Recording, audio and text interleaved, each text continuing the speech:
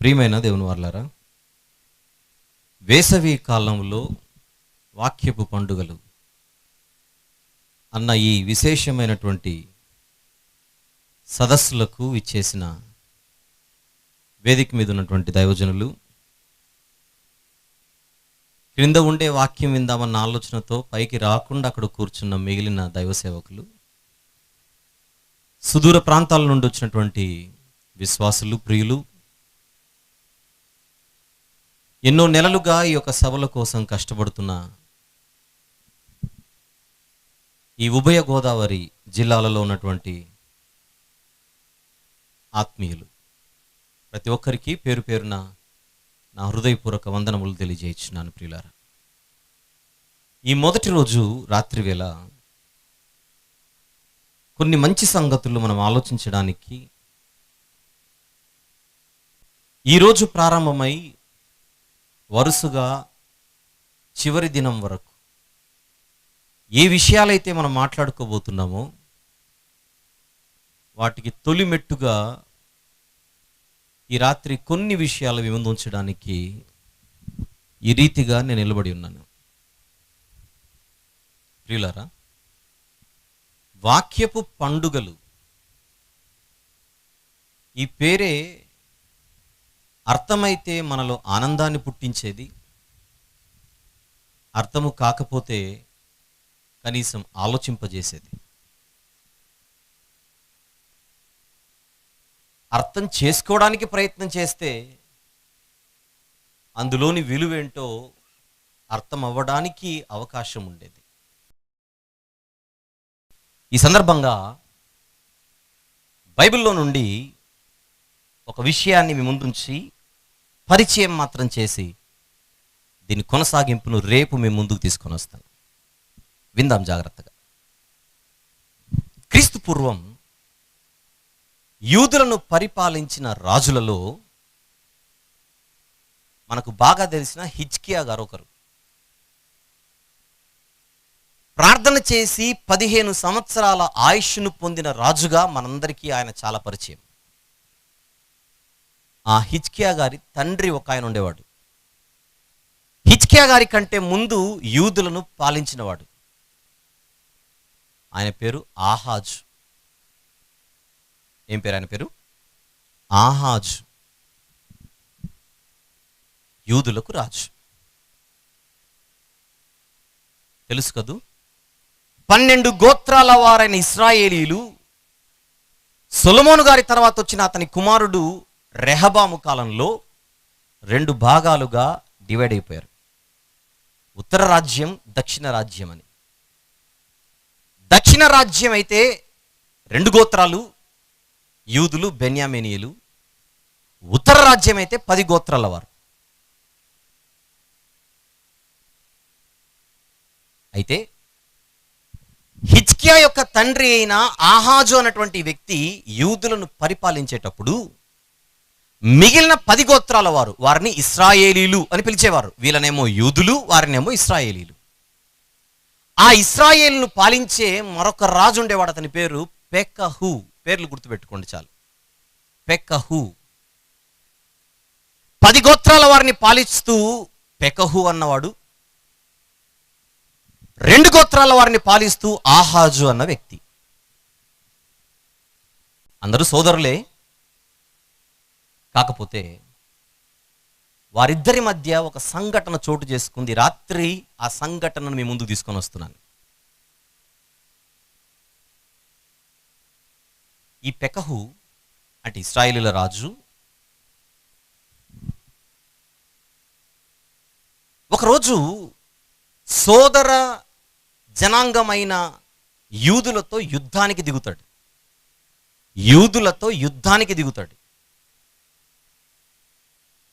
కానీ కేవలము 10 గోత్రాల వారిని ఇశ్రాయేలీలే కాదు. ఇక్కడ ఇంకొక చిన్న అడిషనల్ స్టోరీ ఉంది. స్టోరీ అంటే కట్టుకథ కాదు. స్టోరీ అనే ఇంగ్లీష్ పదానికి 2 అర్థాలు ఉంటాయి.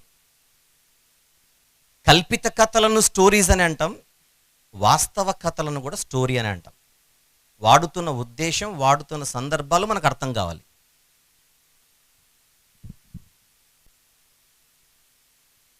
యూదులకు రాజుగా ఆహాజు, ఇశ్రాయేలీయులకు రాజుగా పెకహు.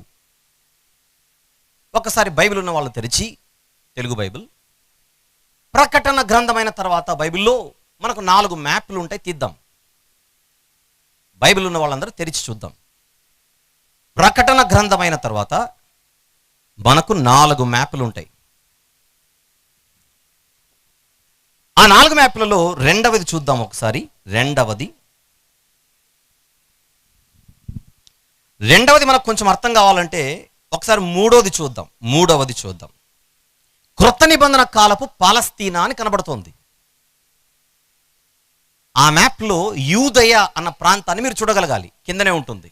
యూదయ అన్న ప్రాంతాన్ని మీరు చూడగలగాలి, అదొక దేశం. ఆ యూదయకు పైన సమరయ ఉంది కదూ, ఆ సమరయ పైన గలిలయ. జస్ట్ భూభాగాన్ని మనసులో పెట్టుకోండి. ఆ మొత్తం కలిపితే దాన్ని కొద్దిసేపు మీరు 10 గోత్రాల వారి భూభాగం అనుకోండి. పాత నిబంధనలో అది 10 గోత్రాల వారి భూభాగం. యూదయ అనే ప్రాంతం మాత్రం 2 గోత్రాల వారిది. దాన్ని మనసులో పెట్టుకొని మీరు రెండో మ్యాప్ చూస్తే ఓహో ఇదా అని మీకు అనిపించాలి. అయితే ఇప్పుడు నేను మాట్లాడుతున్నది క్రీస్తు పూర్వం సుమారు 734.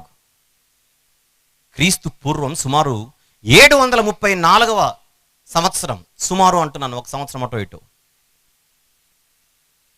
ఆ ప్రాంతంలో లేదా ఆ కాలంలో చోటు చేసుకున్న ఒక సంఘటన ఈ తొలి రోజు మీ ముందుకు తీసుకొని వస్తున్నానని చెబుతున్నాను. అంటే నేటికి 2700 సంవత్సరాల క్రిందట, లేదా 2734,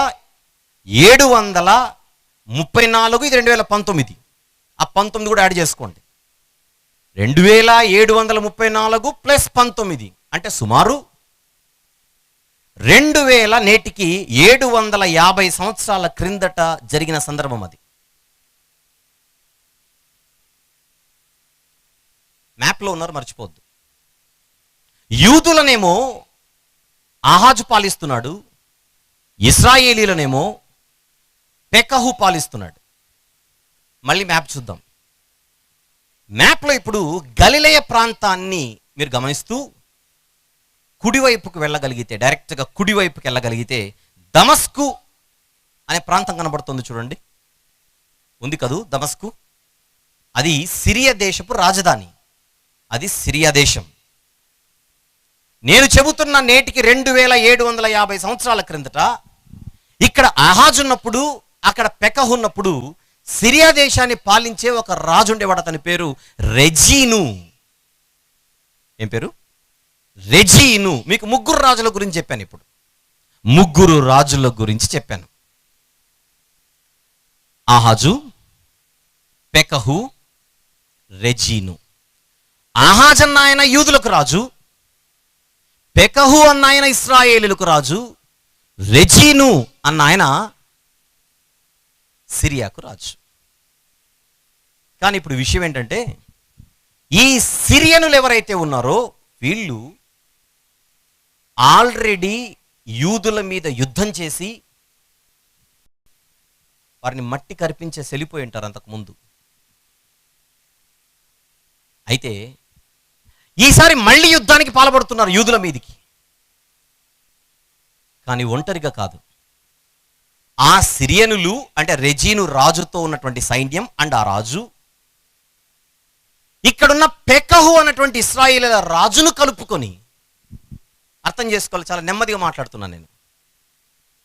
పెకహు అనే ఇశ్రాయేలీల రాజుతో రెజీను అనేటువంటి ఒక సిరియా రాజు పొత్తు కుదుర్చుకొని లేదా పొత్తు పెట్టుకొని సిరియనులు ప్లస్ ఈ ఇశ్రాయేలీలు మొత్తం 10 గోత్రాల వారు. ఇశ్రాయేలీలను అప్పుడప్పుడు ఎఫ్రాయిమీలు అని కూడా పిలుస్తారు, బైబిల్లో గుర్తుపెట్టుకోవాలి.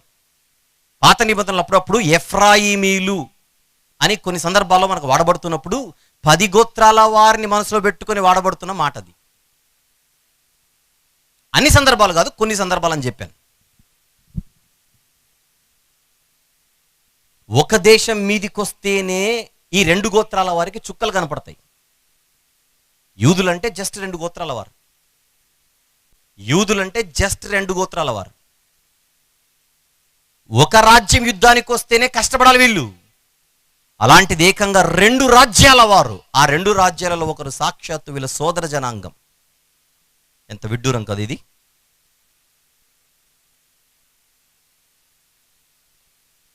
మా తోటి సోదరులు యూదులైన బెన్యామీనీయులైన అన్న ఆలోచన కూడా పెకహు పక్కన పెట్టి అన్యులతో పొత్తు పెట్టుకొని యూదులను మట్టి కర్పించడానికి యుద్ధానికి బయలుదేరుతున్నారు. అప్పుడు ఈ ఆహాజు ఏం ఆలోచిస్తాడో తెలియాలంటే మొదటి మ్యాప్కి రండి, బైబిల్ తెరిచి. ప్రకటన గ్రంథం అయిన తర్వాత ఉన్న 4 మ్యాప్లలో మొదటి మ్యాప్కి వద్దాం. ఆ మొదటి మ్యాప్లో అంటే అబ్రహాము ప్రయాణము చేసిన దేశములు అన్న మ్యాప్ అది. ఆ మొదటి మ్యాప్లో ఎడమ వైపున మీకు మహాసముద్రం కనబడుతోంది. ఆ మహాసముద్రానికి ఆనుకొని మీకు కొన్ని ప్రాంతాలు ఉన్నాయి. ఆ ప్రాంతాలలో యెరూషలేమును మీరు చూడగలగాలి. మోయాబు పైన ఉంది. కనబడిన వాళ్ళు చేయొద్దండి. రైట్. ఆ యెరూషలేం అంటే యూదయ ప్రాంతంలో ఉన్నది. ఆహాజు ఏలుతున్న ప్రాంతం అది. దాని పైనున్న ప్రాంతము పెకహు ఏలుతున్న ప్రాంతం. దానికి పైన మీకు మళ్ళీ దమస్కు కనపడుతోంది. దమస్కుకు పైన అరాము అని కనబడుతోంది చూడండి. అరాము అంటే సిరియా. సిరియాకున్న మరొక పేరు అరాము. అంటే ఇప్పుడు అరామీయులు, ఎఫ్రాయిమీయులు అంటే ఇశ్రాయేలీలు అని చెప్పాను, మళ్ళీ కన్ఫ్యూజ్ అవ్వకూడదు. అరామీయులు లేదా సిరియనులు, ఎఫ్రాయిమీయులు లేదా ఇశ్రాయేలీలు, ఈ ఇద్దరు కలిసి చిన్ని ప్రాంతమైన యూదయ మీదికి యుద్ధానికి వస్తున్నారు. ఇంతకు ఏంటి గొడవ అని ఆలోచిస్తే, ఈ యుద్ధము ప్రారంభమయ్యే వాతావరణం ఉన్న ఆ కాలంలో ఈ ప్రపంచంలో ఒక గొప్ప సామ్రాజ్యంగా వెలిగిపోతున్న ఒక సామ్రాజ్యం ఉండేది. అదే అషూరు సామ్రాజ్యం. అషూరు ఎక్కడుంది? అరాముకు కుడివైపునుంది. చూడండి, అరాముకు కుడివైపునుంది అషూరు. ఉంది కదూ? ఉందో లేదో కనబడిన వాళ్ళు చేయొద్దండి. రైట్. కనిపించకపోతే కనబడిన వాళ్ళని అడగండి, అంతకంటే ఏం చేయలేము. ఇప్పుడు మీకు 3 రాజులు చెప్పాను, ఇప్పుడు 4వ రాజు పేరు చెప్తున్నాను, వినండి జాగ్రత్తగా. యూదులకేమో అహాజు, ఇశ్రాయేలీలకేమో పెకహు, సిరియనులకేమో రెజీను. అషూరు చక్రవర్తి. అతను రాజు మాత్రమే కాదు, ఎన్నో రాజ్యాలను ఓడించి తన హస్తగతం చేసుకుని ఒక చక్రవర్తిగా పిలువబడుతున్న అషూరు రాజు. ఇతని పేరు తిగ్లత్ పిలెసరు. ఏం పేరు ఇతని పేరు? తిగ్లత్ పిలెసరు. ఈ పేర్లు గుర్తుపెట్టుకోండి, రేపు నాకు మీకా గ్రంథాన్ని కూడా ఇది పరిచయంలాగా నాకు ఉపయోగపడుతుంది. మీకా గ్రంథంలో కూడా ఈ మ్యాటర్ వస్తుంది, కొంచెం తగులుతుంది. అందుచేత ఇది మర్చిపోకూడదు మీరు. అషూరు సామ్రాజ్య చక్రవర్తి తిగ్లత్ పిలెసరు. ఇతన్ని 3వ తిగ్లత్ పిలెసర్ అని పిలుస్తారు. ఇతనికి మరొక పేరు కూడా ఉందండోయ్. ఆ పేరు పూలు. ఏం పేరు? పూలు. అది ఆయన పేరు. రైట్. ఇప్పుడు సిరియనులు, ఇశ్రాయేలీలు కలిసి అషూరును నిలువరించాలి, అషూరులు మా మీదికి రాకుండా. ఎందుకంటే అషూరీయులు ఒక్కొక్క ప్రాంతాన్ని ఓడించి ఆ ప్రాంతపు వారిని చిక్కించుకొని వాళ్ళు రోజు రోజుకి పట్టు సంపాదించడానికి బయలుదేరుతున్న కాలం అది. ఎలాగైనా ఆ ప్రయత్నాన్ని మనం తిప్పికొట్టాలన్న ఉద్దేశంతో సిరియనులు, ఇశ్రాయేలీలు కలిసి యూదులను కూడా సహాయం అడిగితే వీళ్ళు తిరస్కరిస్తారు. అప్పుడు అషూరు లాంటి బలమైన సామ్రాజ్యాన్ని దెబ్బతీయాలంటే మన ఇద్దరితో పాటు ఈ యూదులు కూడా ఉంటే బాగుంటుంది. ఆ యూదులు రామంటున్నారు కనుక ఆ యూదులను ఓడించి అప్పుడు వాళ్ళు మన చేతిలో ఉంటారు. అప్పుడు అందరం కలిసి అషూరీయులతో ఫైట్ చేయొచ్చు. అది వాళ్ళ స్కెచ్, అది వాళ్ళ ప్లాన్.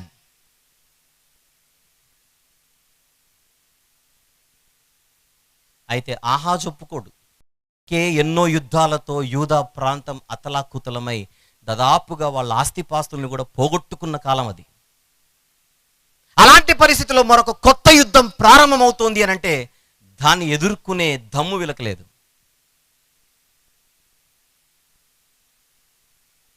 అప్పుడు ఆహాజ్ ఆలోచించి, ఈ టైంలో నన్ను కాపాడేవాడు ఒక్కడే. ఎవరా ఒక్కడు? ఎవరా ఒక్కడు? మీరేమనుకుంటున్నారో చూద్దాం. ఎవరా ఒక్కడు? పేరు చెప్పండి దగ్గరున్నోళ్ళు. ఎవరైనా దేవుడు అనుకుంటున్నారేమో. అష్షూరు రాజు తిగ్లత్ పిలెసర్. ఇప్పుడు నేను వెళ్ళి ఆయన దగ్గర అప్లికేషన్ పెట్టుకొని, రాజా నన్ను కాపాడు, అయ్యా నన్ను కాపాడు అని ఆయన కాళ్ళు పట్టుకుంటే, ఈ సిరియనుల నుండి, ఈ ఇశ్రాయేలు నుండి నన్ను అతను కాపాడగలడు అని ఆలోచిస్తున్నాడు.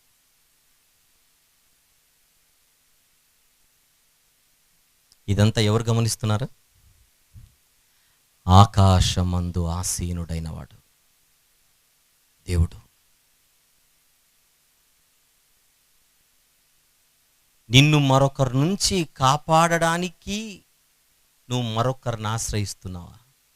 ఆహాజు, నువ్వు ఇప్పటికే నాకెంతో ద్రోహం చేశావు, కానీ మీకోసం నేను ఒక ఆఫర్ ఇద్దామని దేవుడు ప్రవక్త అయిన యెషయా గారిని రాజైన ఆహాజు యొద్దకు పంపిస్తాడు. పంపితే యెషయా గారు, నువ్వు నమ్ముకుంటున్నట్టుగా అష్షూరీయులను నమ్ముకోవడం మంచిది కాదు. ఒకవేళ అష్షూరీయులు మాత్రమే నిన్ను కాపాడగలరు అని నువ్వు అనుకుంటూ ఉంటే నువ్వు చాలా తప్పు చేస్తున్నావు. దేవుడు ఒక మెసేజ్ నాకు ఇచ్చి, ఒక వర్తమానం నాకు ఇచ్చి నీ యుద్ధకు పంపించాడు. అయితే దేవుడు, యెషయా, నువ్వు వెళ్ళేటప్పుడు ఒంటరిగా వెళ్ళకు, నీ కొడుకును కూడా తీసుకొని వెళ్ళు అని చెప్పాడు. రాజైన ఆహాజుతో మాట్లాడడానికి, యెషయా నువ్వు ఒంటరిగా వెళ్ళకు, నీ కొడుకును కూడా తీసుకొని వెళ్ళు. ఎందుకు కుమారుడు, ఎందుకు కొడుకు? చూద్దాం బైబిల్ తెరిచి. యెషయా గ్రంథం రండి, 7వ అధ్యాయం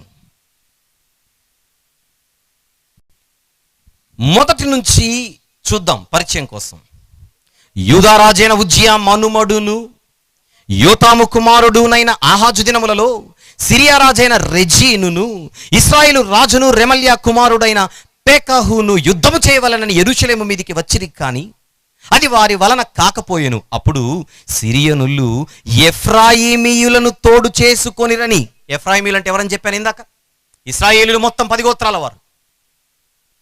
ఎఫ్రాయిమీయులను తోడు చేసుకొనిరని దావీదు వంశస్థులకు తెలుపబడగా, అంటే యూదులు, దావీదు వంశస్థులు అంటే ఎవరు? వీళ్ళు యూదులు. తెలుపబడగా గాలికి అడవి చెట్లు కదలినట్లు వారి హృదయమును వారి జనుల హృదయమును కదిలెను. వణికిపోయారట, వణికిపోయారు.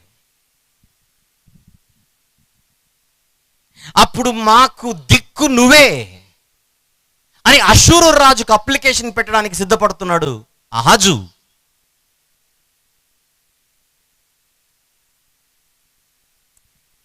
ఇదంతా మీకు రాజుల 2వ గ్రంథం 16లో ఉంటుంది, తర్వాత చదువుకోండి. రాజుల 2వ గ్రంథం 16తో పాటు దినవృత్తాంతముల 2వ గ్రంథం 28వ అధ్యాయంలో కూడా ఉంటుంది. రెఫరెన్స్ కోసం ఇస్తున్నాను, చదువుకోండి తర్వాత. రాజుల 2వ గ్రంథం 16 కానీ దినవృత్తాంతముల 2వ గ్రంథం 28వ అధ్యాయం కానీ.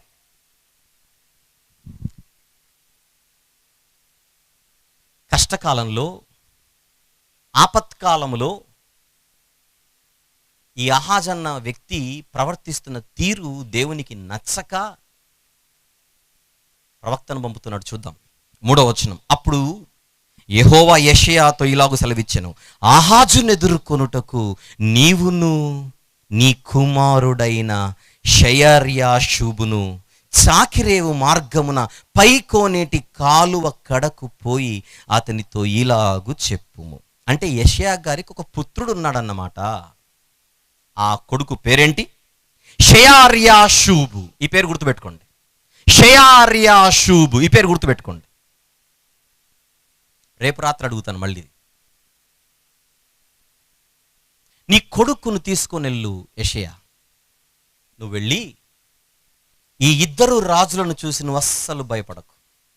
ఈ ఇద్దరు రాజులు ఎవరెవరు వాళ్ళు? పెకహు, రెజీను. సిరియా రాజు, ఇశ్రాయేలీయుల రాజును చూసి నువ్వు అస్సలు జడియకు, నేనున్నాను మీకోసం. ఎంత భాగ్యం దేవుడి వర్తమానం పంపితే. సూసైడ్ ఒకటే తక్కువ ఆహాజుకు, అలా ఉంటుంది అలా ఉంది పరిస్థితి తంది. ఆత్మహత్య ఒకటే ఇప్పుడు తనకున్నటువంటి ఆప్షన్. అలాంటి పరిస్థితులలో దేవుడే వర్తమానం పంపి డోంట్ ఫియర్, ఐఎమ్ హియర్ అన్నాడు. ఎలాంటి మాటలు ప్రవక్త చేత పంపించాడో చూద్దాం. భద్రము సుమి, నిమ్మలించుము, పొగరాజుచున్న ఈ రెండు కొరకంచు కొనలకు, అనగా రెజీనును సిరియనులు, రెమల్యా కుమారుడును అంటే పెకహు, రెమల్యా కుమారుడు అంటే పెకహు, అనువారి కోపాగ్నికి జడియకుము, నీ గుండె అవియనీయకుము. సిరియాయు ఎఫ్రాయిమును రెమల్యా కుమారుడును నీకు కీడు చేయవలెనని ఆలోచించుచు మనము యూదా దేశము మీదికి పోయి దాని జనులను భయపెట్టి దాని ప్రాకారములను పడగొట్టి తాబెయేలను వాని కుమారుని దానికి రాజుగా నియమించదము రండని చెప్పుకొనిరి. ఈ అహాజ్ అనే వాడిని గద్దె దించి మనకు అనుకూలంగా ఉండేటువంటి మరొక వ్యక్తిని ఆ రాజు స్థానంలో పెట్టి మన బలగాన్ని మనం పెంచుకుందాం అని ఇశ్రాయేలీలు, సిరియనులు ఆలోచిస్తున్న ఆలోచనలు అహాజు దృష్టికి మరింత స్పష్టంగా తీసుకొని వస్తున్నాడు దేవుడు.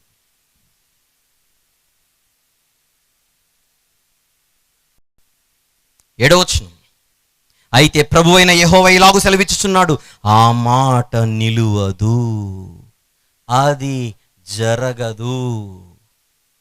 వాళ్ళు ఆలోచించి ఉండొచ్చు అహాజు, కానీ అది జరగదు. జరగదు అని నేను చెబుతున్నాను కనుక హాయిగా నువ్వు పడుకోవచ్చు. జరగదు. దమస్కు సిరియాకు రాజధాని, దమస్కునకు రెజీను రాజు. 65 సంవత్సరములు కాక మునుపు ఎఫ్రాయిము జనము కాకుండా నాశనమగును. షోమ్రోను ఎఫ్రాయిమునకు రాజధాని, షోమ్రోనునకు రెమల్యా కుమారుడు రాజు. మీరు నమ్మకపోతే నమ్మకుండిన ఎడల అన్నాడు.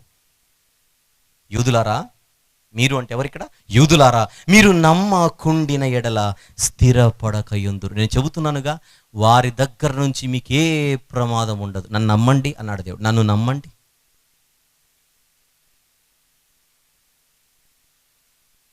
ఇక దీనితో పాటు అహాజుకి దేవుడిచ్చిన మరొక పెద్ద ఆఫర్ ఏంటంటే, అహాజు, మరి నేను చెబుతున్న వాటలు నువ్వు నమ్ముతున్నావో నమ్మట్లేదు.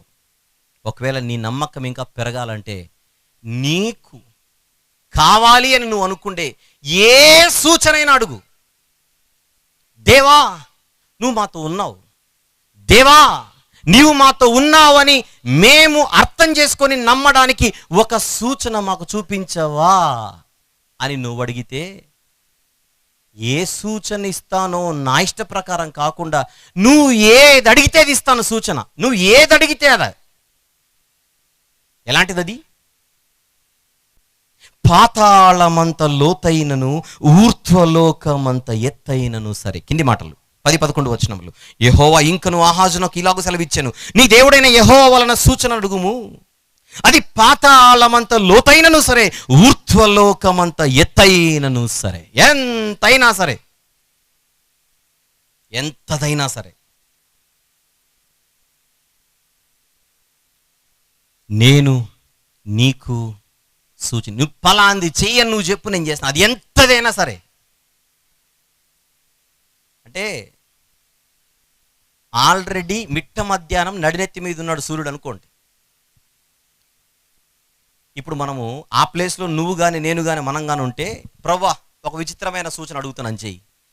ఆ నడినెత్తి మీద ఉన్న సూర్యుడిని 5 సెకండ్లలో మళ్ళీ తూర్పుకు పంపించు. 5 సెకండ్లలో మళ్ళీ తూర్పుకు పంపించి టైము వెనక్కి తిప్పి మళ్ళీ స్టార్ట్ చేయి. ఉదయం 6 గంటల నుంచి నేను గుడ్ మార్నింగ్ చెప్పాలి పక్కన వాళ్ళకి అని అడిగినా దేవుడు రెడీ అంటున్నాడు అక్కడ.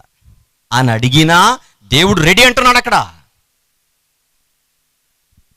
పాతాళమంత లోతైనను సరే, ఆకాశమంత ఎత్తైనను సరే, నువ్వేది అడిగినా.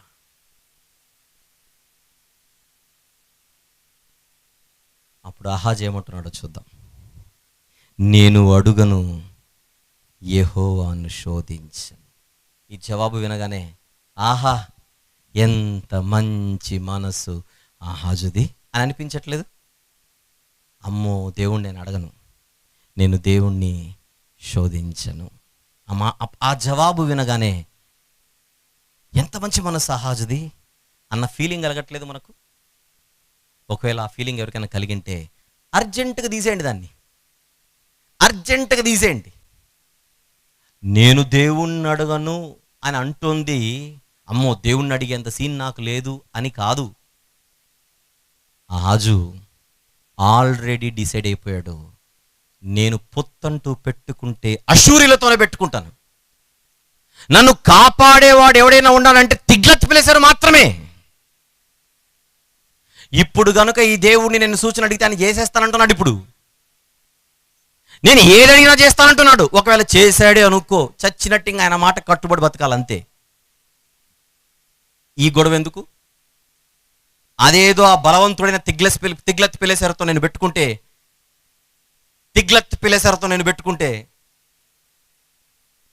నేను సేఫ్గా ఉంటాను కదా అని దేవాది దేవుడైన ఆయన మాటను పక్కకు పెట్టి నేను అడగను అంటున్నాడు. ఎప్పుడైతే నేను అడగను అంటున్నాడో యెషయా గారికి బీపీ రేజ్ అయింది. ఆయన ఇచ్చిన ఆన్సర్లోని ఉద్దేశం ఏంటో ఆయనకు తెలుసు కనుక కింద ఏమంటున్నాడు చూడండి. చెప్పగా 13వ వచనం, నేను అడుగను యెహోవాను శోధింపనని చెప్పగా అతడు ఇలాగు చెప్పెను, దావీదు వంశస్థులారా వినుడి, మనుషులను విసికించుట చాలదనుకొని నా దేవుని కూడా విసికింతురా. ఆయన ఆన్సర్ వింటే ఎంత గొప్ప ఆన్సర్ అని మనకు అనిపించింది. యెషయా గారు మాత్రం లేచాడట్లే దిగ్గున. దేవుణ్ణి విసికిస్తారా మీరు? ప్రభువా, నువ్వు నాతో ఉన్నావని నాకు ఒక సూచన చూపించవని అడుక్కోవాల్సిన వాళ్ళం మనం. అలాంటిది నీకోసమే దేవుడు ఒక మెట్టు దిగి నీకు సూచనలు ఇస్తానంటే అది తీసుకోవడానికి కూడా నీకు ఒళ్ళు బద్ధకమై, తల పోగురై, కళ్ళు నెత్తికెక్కి ఆపత్కాలమందు ఆశ్రయించవలసిన ఆ దేవుణ్ణి పక్కకు పెట్టి ఒక మనిషిని నమ్ముకుంటున్నావా నీవు? రాజులను నమ్ముకొనుట కంటే, మనుషులను ఆశ్రయించుట కంటే యెహోవాను ఆశ్రయించుట మేలు. ఇది తెలియకుండా ఆహాజు చేస్తున్న ఒక పిచ్చి పని చూడండి. ఇక్కడ పిచ్చి పని.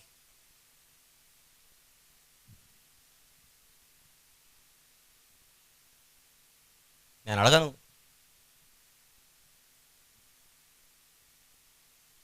అప్పుడు యెషయా గారు, నువ్వు అడక్కున్న దేవుడు ఒక సూచన ఇస్తున్నాడు. ఇప్పుడు నువ్వు వద్దన్న సూచన ఇస్తాడు. ఇప్పుడు ఇస్తున్నాడు, అది నువ్వు వినాలి. ఆహాజు, ఏమిటా సూచన? యెషయా గ్రంథం 7వ అధ్యాయము 14వ వచనం. అదే ఈరోజు మన వాక్య పఠనం. వద్దాం, యెషయా గ్రంథం 7:14. కాబట్టి ప్రభువు తానే, నువ్వు వద్దన్నావుగా, నేను అడగనన్నావుగా, అందుకే తానే ఒక సూచన మీకు చూపును, ఆలకించుడి. కన్యక గర్భవతి అయి కుమారుని కని అతనికి ఇమ్మానుయేలను పేరు పెట్టును. ఇది సూచన. ఆహాజు పరిస్థితిని చూసి, నేను కాపాడతానయ్యా, నీకేం ప్రాబ్లం లేదు, నువ్వు అడుగు అని అంటే, నేను అడగను అని ఆహాజ్ అంటే, అలాగైతే నేనే నీకొక సూచన ఇస్తున్నాను. కన్యక గర్భవతి అయి కుమారుని కని అతనికి ఇమ్మానుయేలను పేరు పెట్టును. అది సూచన. ఒక పొలిటికల్ క్రైసిస్లో ఉంది యూదుల రాజ్యం.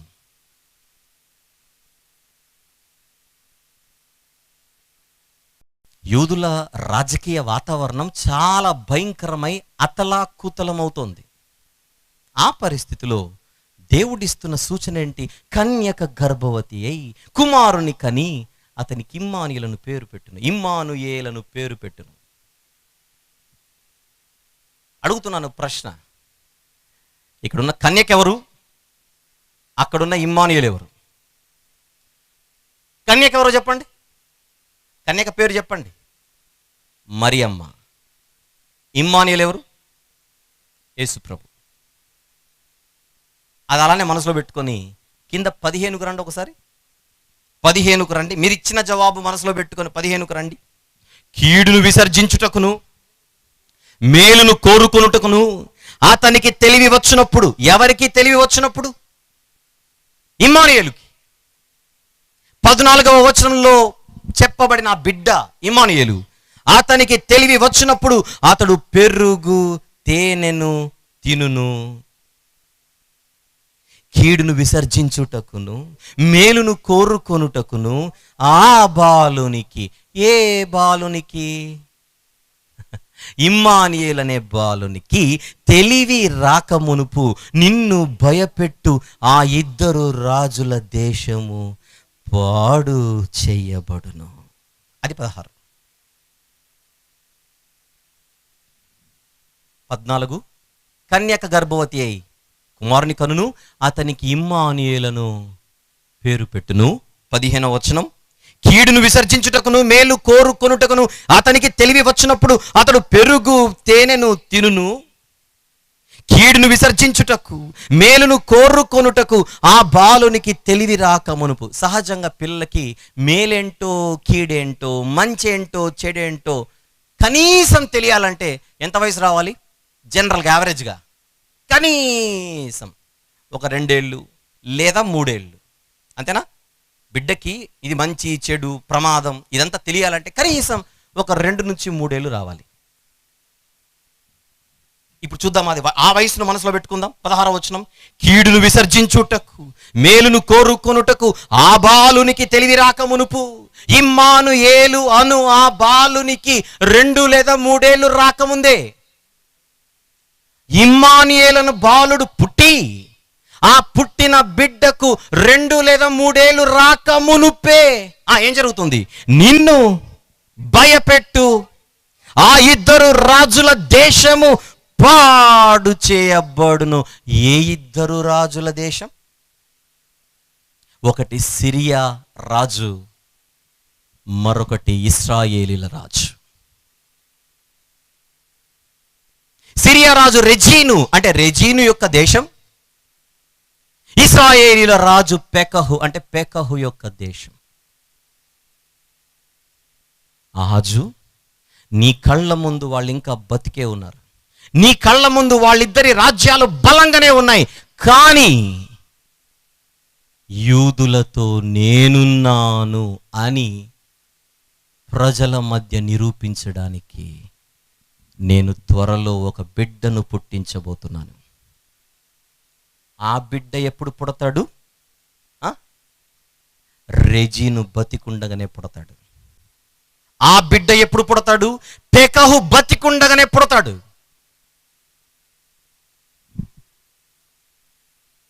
లేదా ఆ 2 దేశాలు ఈరోజు నీ కళ్ళ ముందు ఎంత బలంగా అయితే ఉన్నాయని నువ్వు చూస్తున్నావో ఆ 2 దేశాలు ఇంకా బలంగా ఉన్నప్పుడే ఇమ్మానుయేలన్న బాలుడు పుడతాడు. పుట్టిన తర్వాత ఆ బాలుడు పెరుగు తేనెను తింటాడు. కీడును విసర్జించుటకు మేలును కోరుకొనుటకు అతనికి ఇంకా తెలివి రాకమునుపే ఆ 2 దేశాలు పాడవడం నీ కళ్ళతో నువ్వు చూస్తావు. ఏదో డౌట్ రావాలి, ఖచ్చితంగా రావాలి. ఇంత నొక్కి చెప్పిన తర్వాత అరిచి, ఇమ్మానుయేలు అంటే యేసు ప్రభు కదా. యేసు ప్రభు వచ్చింది ఆహాజు కాలము తర్వాత, సుమారు 700 సంవత్సరాల తర్వాత. యేసు ప్రభు వచ్చింది ఎప్పుడు? ఆహాజు నుండి మొదలు పెడితే సుమారు 700 సంవత్సరాల తర్వాత యేసు ప్రభు వచ్చాడు. కానీ అతి త్వరలో ఆ సిరియనులు కానీ ఈ ఇశ్రాయేలీయులు పతనమవ్వడం మీ ముందు నేను సాక్ష్యంగా చూపించబోతున్నాను. నేను మీతో ఉన్నానని, నేను మీకు తోడుగా ఉన్నానని. ఇమ్మానుయేలు అనగా ఫుట్నోట్లో దేవుడు మనకు తోడై ఉన్నాడు, దేవుడు మనకు తోడై ఉన్నాడు అని యూదులకు అర్థం కావాలి. దేవుడు మనకు తోడై ఉన్నాడు అని యూదులకు అర్థం కావాలి.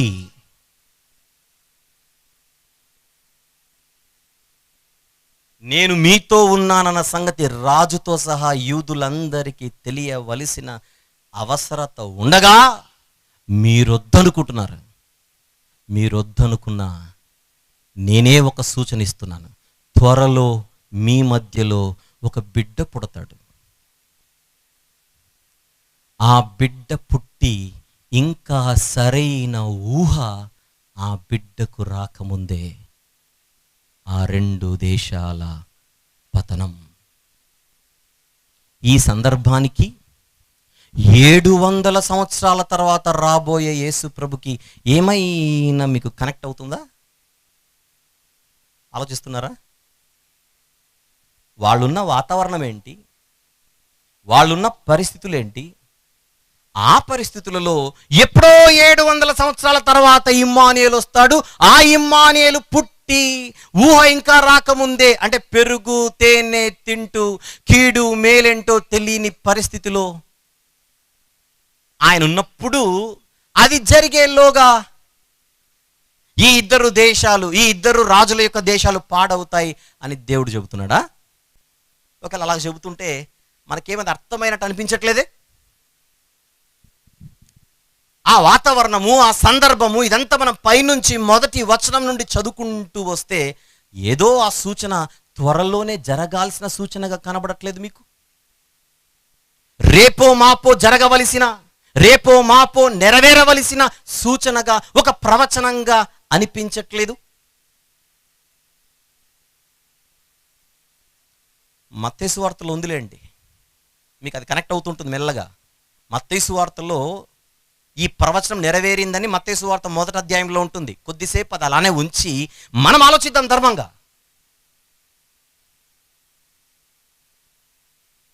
ఆహాజు పరిస్థితి ఏంటి, ఆయనకున్న థ్రెట్ ఏంటి, ఆయనకున్న పరిస్థితులు ఏంటి, ఆయన ముందున్న సవాలేంటి?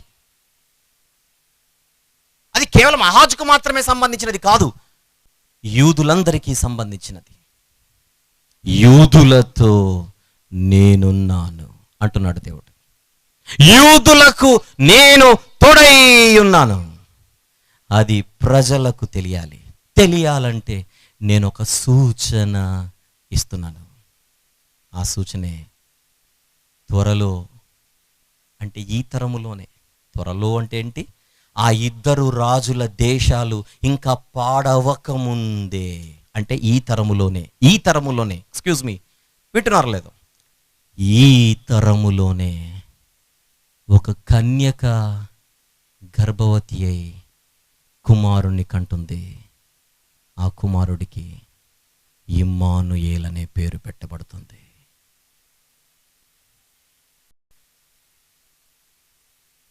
ఏం అర్థం కావట్లేదు కదా? నేను చెబుతున్నదేమో అవును కదా అని అనిపించట్లేదు మీకు? నిజమే కదా అని అనిపించట్లేదు? అనిపించాలి. మరి నాకు ఓటేస్తారా? మత్తయి సువార్తలో చూద్దాం, మొదటి వచనం, క్షమించండి 1వ అధ్యాయం, మత్తయి సువార్త 1వ అధ్యాయం 23వ వచనం, 22 నుంచి చూద్దాం. 22 నుంచి, ఇదిగో కన్యక గర్భవతి కుమారుని కనును, ఆయనకి ఇమ్మానుయేల్ అని పేరు పెట్టుదురని ప్రభువు తన ప్రవక్త ద్వారా పలికిన మాట నెరవేరునట్లు ఇదంతయు జరిగెను. ఇమ్మానుయేలను పేరునకు భాషాంతరమున దేవుడు మనకు తోడని అర్థము. యెషయా 7:14 నెరవేరింది మత్తయి సువార్త 1వ అధ్యాయములో అని అక్కడే కనపడుతుంది మనకు బైబిల్లో. బైబిల్లో ఏమో యెషయా గ్రంథం 7వ అధ్యాయం 14వ వచనంలో ఉన్న ప్రవచనం ఏదైతే ఉన్నదో, ఆ ప్రవచనము ప్రవచింపబడిన తరువాత 700 సంవత్సరాల తర్వాత నెరవేరిందని మత్తయిలో చూస్తుంటే, యెషయా గ్రంథంలో ఉన్న సందర్భం మాత్రం మనల్ని మరోలా ఆలోచింపజేస్తోంది. ఏమని? అదేదో త్వరలోనే జరగవలసినట్టుగా ఆ సూచన కనబడుతోంది. ఆహాజున్న పరిస్థితికి, యూదులున్న పరిస్థితికి ఆ సూచన త్వరగా జరిగితేనే దానికి ఒక అర్థం ఉంటుంది. కానీ ఎప్పుడో 100 సంవత్సరాల తర్వాత ఆ సూచన నెరవేరితే అది ఎలా దీనికి కనెక్ట్ అవుతుంది? ఈ డౌట్ అందరికీ రావాలి చదివితే. అదే అడుగుతున్నాను ప్రశ్న. ఒక అరగంట నుంచి ఈ సందర్భాన్ని ఎత్తి మీ ముందుకు తీసుకొని వచ్చి మాట్లాడుతూ వివరిస్తూ నిజమే కదా అని మీ ముందు పెడుతున్నా, నా మాట వింటారా, మత్తయి గారి మాట వింటారా? నా మాట వింటారా, అపోస్తలుడైన మత్తయి గారి మాట వింటారా? ఏది కరెక్ట్? మత్తయి గారు చెప్పింది కరెక్టా, నేను చెప్పింది కరెక్టా? ఇది తెలియాలంటే రేపు రండి, రేపు రండి. దీని కొనసాగింపు రేపు, 2వ భాగం. ఇప్పుడు టైటిల్ ఇస్తున్న రాసుకోండి. ఇమ్మానుయేలు అనగా ఎవరు? ఇమ్మానుయేలు అనగా ఎవరు? ఇది మొదటి భాగం. రేపు రాత్రి 2వ భాగం విందురు కానీ.